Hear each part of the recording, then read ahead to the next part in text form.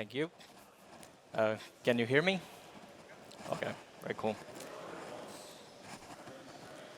Okay, so I'm Radha Dasari. I'm a technical education lead at Web3 Foundation.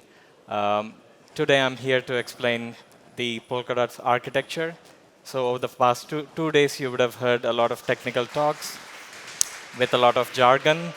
So my objective for this talk is that I'll, sort of give you an intuition, especially if you're new to Polkadot ecosystem. I'd like to give you a high-level overview of how things work here. Okay. Yeah, so back in 2016, when there were a handful of successful blockchains that were running, and very few have noticed that they have some issues. So the first thing is none of those blockchains had, like at the protocol level, an interoperability layer.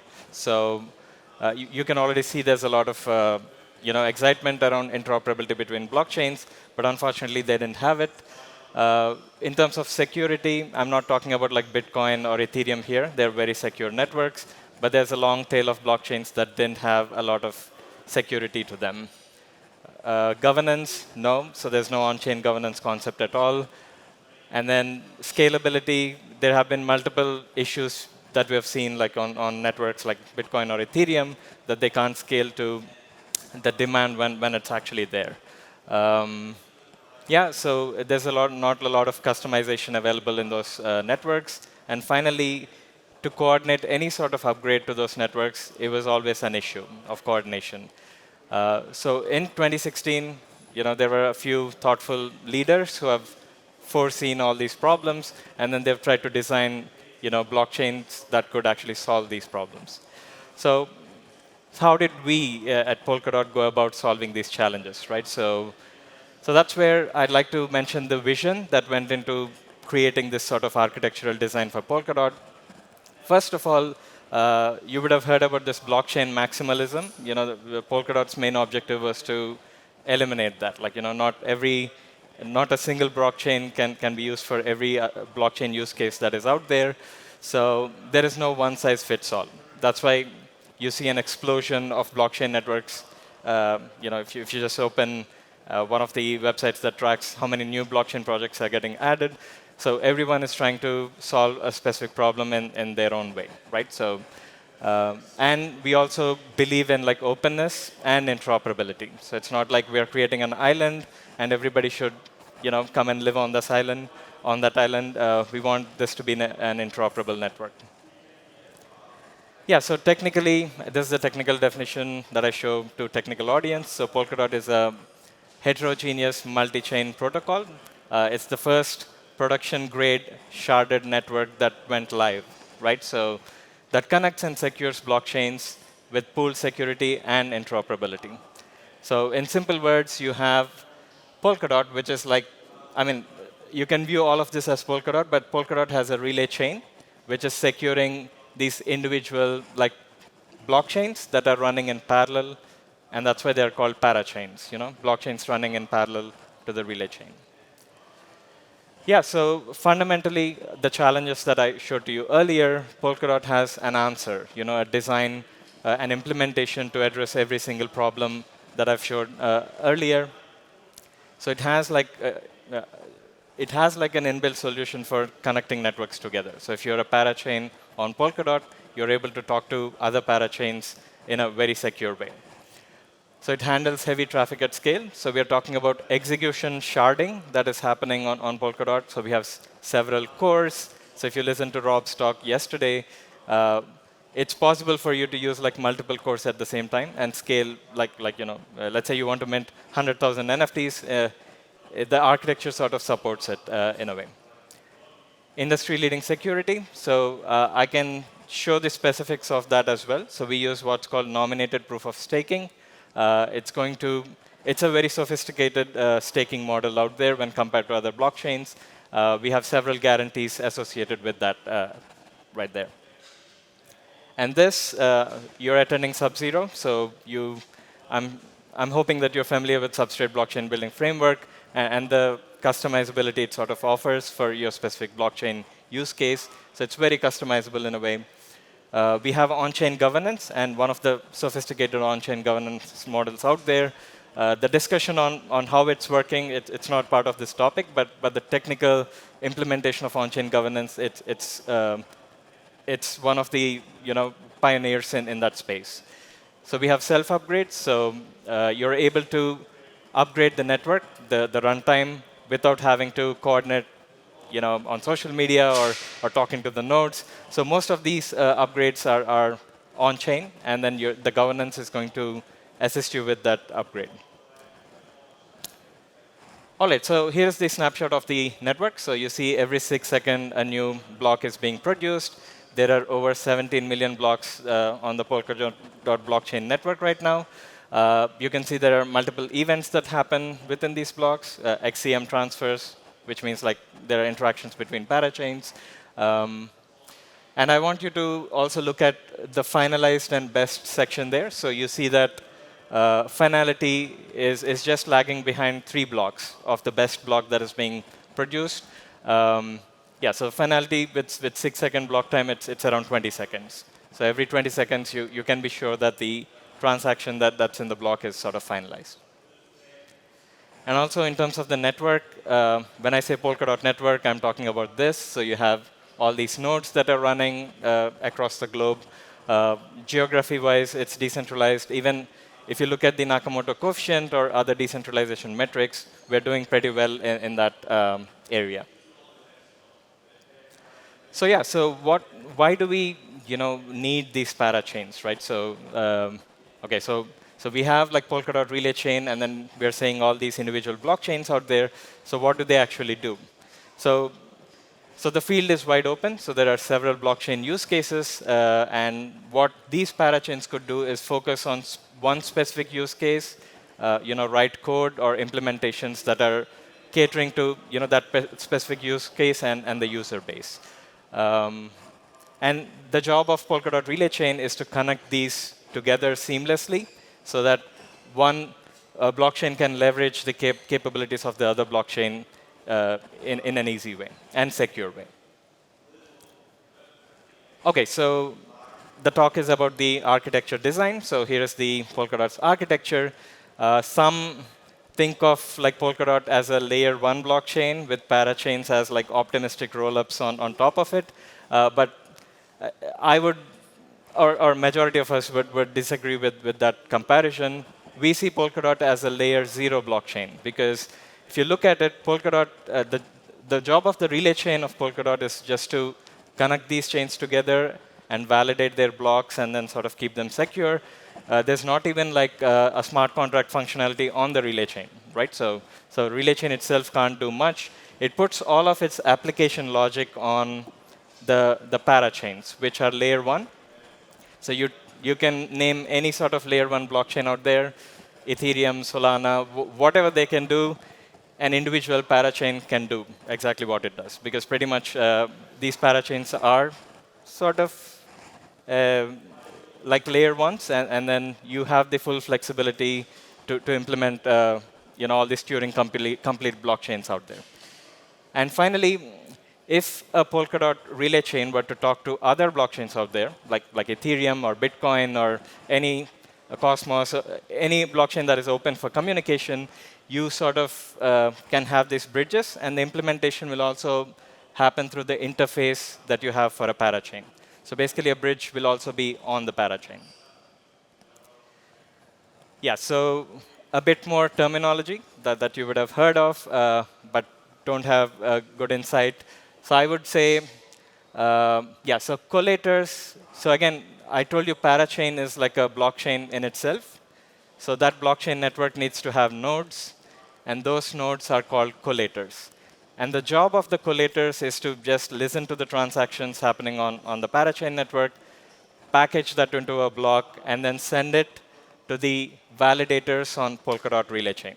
So basically, their job is collecting transactions and sending it to the relay chain. And the assumption, the security assumption, is that we just have a single collator who is honest. That's sufficient security assumption. Yeah, but if you look at it, every parachain is being assigned with like a validator group. So they are the ones who are like validating the blocks for that particular parachain. And this model is what's in the works. Like we're looking at the on-demand parachains, which was the yesterday went into like explaining a lot about that. But this is how typically it would look like. A bunch of parachains or parathreads are going to compete for the block space. They're going to get access to these validators to have their blocks validated. OK, so why don't I show something live, right? Like something that's actually happening in the network. So you can actually see that Asset Hub is a parachain. So it has like a validator group 27 assigned to it. Within few seconds, you'll see that it's being shuffled. So the 5 validators assigned to that Asset Hub are validator group 28. So this is like a shuffling process that is taken care of by the protocol in a randomized fashion. So if you were to attack a specific parachain on Polkadot, you don't know which validators to attack. So the assumption is that you would have to have like a grab on like majority of the validators to be able to do something to this particular parachain. So when I say shared security, so Polkadot, if you were to attack a single parachain, you have to attack the whole Polkadot network itself, right? So it's very different from the security models offered by other blockchains, which kind of divide their security between their blockchains. So here, Polkadot's whole security is backing every single like parachain. And you can clearly see that Asset Hub has like a block count of like 4 million. We have collectives with like 2 million. All of those are like individual blockchains. They're sending their blocks to these 5 validators. They are checking the validity of those blocks. So basically, the relay chain already has the code of this particular parachain. It's looking at the transitions that have happened and then validating it. Yeah, so to just like put it in words, parachain selects a collator. So the parachain can be a permissioned one or permissionless one. It can have its own logic for selecting these collator nodes to send that block. But yeah, so the idea is that it sends the block to the relay chain, and then they establish connection, and then these are the ones who are going to evaluate the logic for that. And typically, if you look at the data that is sent over, so we call it proof of validity block. So if you're familiar with like Merkle tree, so this is the Merkle tree basically, and then you have the parachain state below, whatever it's implementing. So here I'm showing you some balance transfer as well as something happening in a democracy palette. So let's say someone sends Ben like 50 tokens. So that's one event that has happened. And the other thing is something happened in the democracy. So the other ones, OK. Yeah, so these don't have like any sort of effect. So you can just send the hash of them, but you'll just send the things that have actually changed. So you'll send those values and the associated hashes. And yeah, so what the relay chain validators do is you can think of them like this Xbox or like PlayStation console. Yeah, they're going to load the cartridge of that particular parachain, their runtime. So they'll plug it in. They'll run through like all the transactions that have happened. And if it is valid, they'll say, yes, this particular parachain candidate is valid, or they'll put it in the relay chain as a certificate. So the idea is that you don't put the whole data on the relay chain. It's totally against like the idea of sharding. So what you do is you just put like a certificate there saying that it's OK. This is the state root. This is the extrinsic root, or this is the digest saying like it's valid. So that's the thing. And now I want to shift the focus to other architectural design component, which is, OK, the validator says that the block is valid, but how do we punish someone if they are backing an invalid block, right? So that's where the nominated proof of staking comes into picture. Even this is like, I told you it's very sophisticated, and there's a reason for that. How many of you have nominated on Polkadot network, just to get an idea? Did anybody? OK. There are a few. So if you have some dot and you're trying to nominate the dot today, you'd be given a choice of picking 16 validators. Okay, so those are 16 choices you make. Hopefully, you choose like diverse range of like validators. Um, Now the network decides where your stake goes to. Okay, so it's not like you deciding. If you want to do it only for one validator, you'll only pick one. But typically, you choose 16, and the network sort of moves that stake around by taking these three parameters into consideration. So what I want to highlight here is that one validator shouldn't have 10 million dot, and the other one shouldn't have like 100,000 dot, right? So it's easy to attack the validator with 100,000 dot than the 10 million dot one. So the network protocol runs this heavy algorithm, which is like a multi-body election algorithm, and then it tries to decrease the variance between the highest backed validator and the lowest backed validator. So if you look at the Polkadot network, typically it's like 2.2 million and then 1.8 million. So that way, you're having to uniformly distribute like the stake to attack the network. And yeah, so there are multiple parameters that go into it. And also, I mentioned about punishment. So the slashing event is sort of an extreme event. It's only applied when someone is very malicious, who's like really trying to mess with the protocol. That's when the slashing actually happens. And also, this slashing mechanism takes into account the decentralization aspect of it.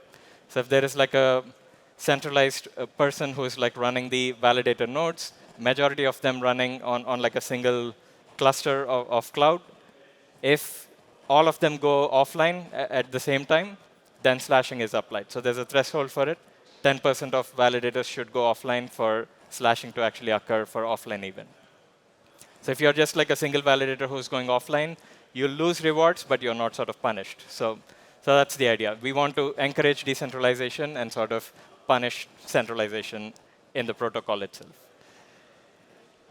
Yeah, so I'd like to also highlight about the liveness of Polkadot chain. You will never hear Polkadot shutting down or stopping for maintenance. So there's always going to be a block production. A new block will always be created.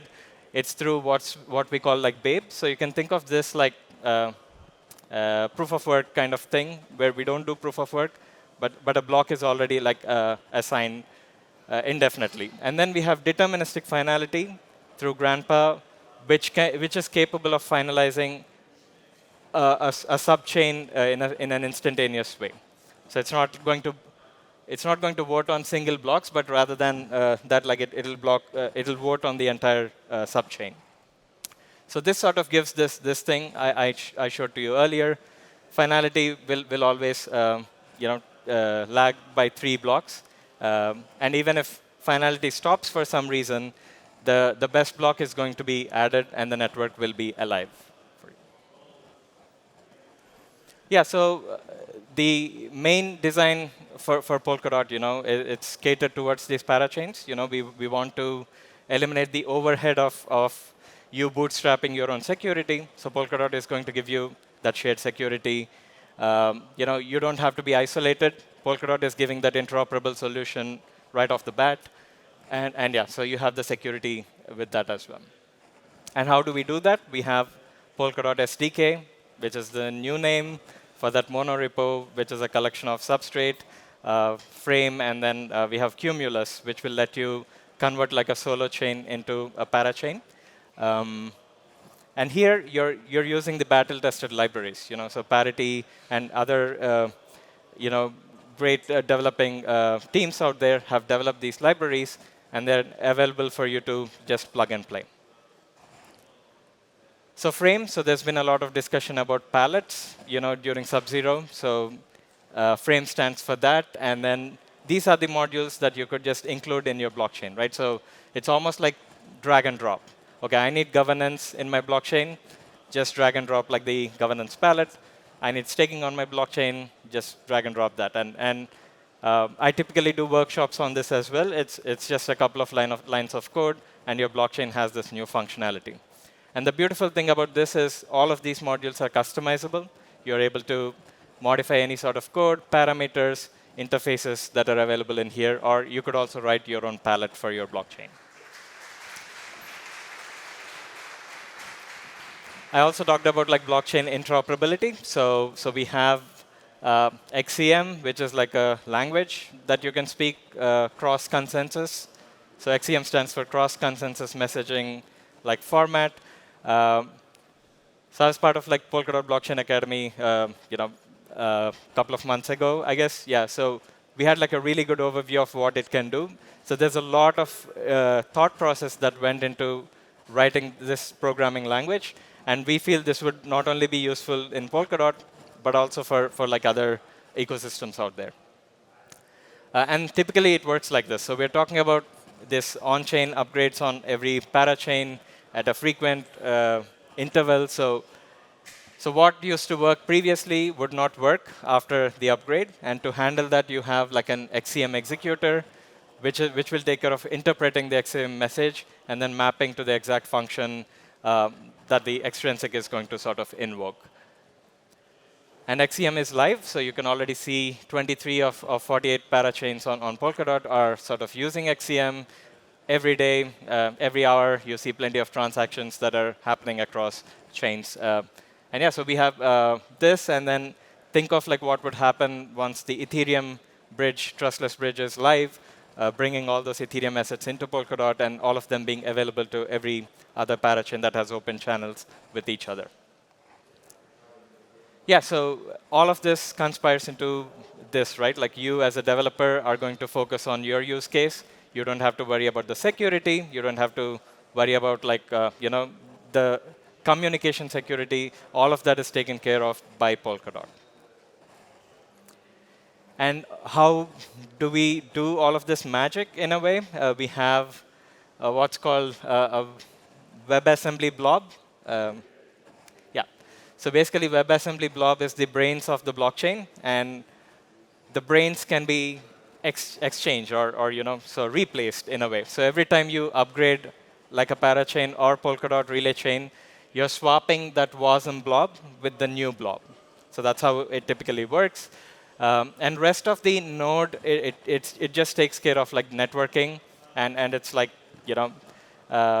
decoupled from the runtime in a way.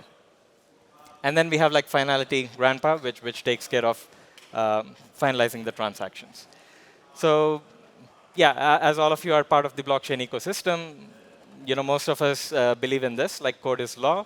But again, like laws change over time, things change over time, so we have to be adaptable. Even countries with constitution, they refine the constitution once in a while.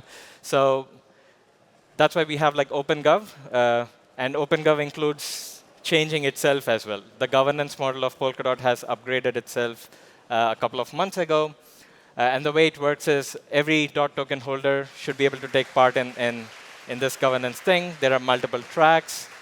So there's also the concept of approval and support. Again, we are the pioneers in this, technically in this space. Having the on-chain governance sort of work efficiently. So again, if you're unhappy with the parameters of this curves, you're able to modify them through OpenGov.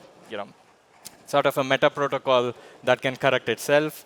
And yeah, so it gives you this beautiful way of like upgrading a blockchain, right? So think of like Ethereum when they had like a merge, like it always has to split into two networks, the ones who haven't updated versus like the ones who did. On Polkadot blockchain, the brains of the blockchain, the WASM blob, is part of the block, right? So in a way, like you're going to put that information on the block, asking the governance to replace it. Once the vote is yes, it gets enacted, and the blob is sort of replaced. And the next block is produced based on this updated WASM blob. So we have this seamless, innovative way of upgrading the blockchain without having to fork. And yeah, so plenty of projects. I work at Web3 Foundation, so I look at the grant applications and the use cases that people are actually applying grants for. The idea is that we want to scale Web3 to the billions. That's what many projects in the ecosystem sort of claim. Polkadot sort of provides that infrastructure to sort of make it happen. Not just put the words in the air. So it has the design to sort of make all of that happen. Now, when we're talking about bringing Twitter or Facebook or any sort of Web2 application with a lot of adoption onto blockchain, people have to resort to architectural designs like these. And yeah, so a lot of features have already been talked about earlier. There are more coming. So for instance, we have Sassafras, which is going to replace Babe. This will improve, it's going to use like zero-knowledge snarks to improve the block production mechanism of Polkadot. You already heard about all of this. And yeah, so we had an exclusive talk about this as well yesterday. And if you're interested in any sort of assistance in terms of technical or whether like grants, there's an upcoming talk on Polkadot SDK. I would invite you to attend. And if you have additional questions, I'm around here to explain them to you. Thank you.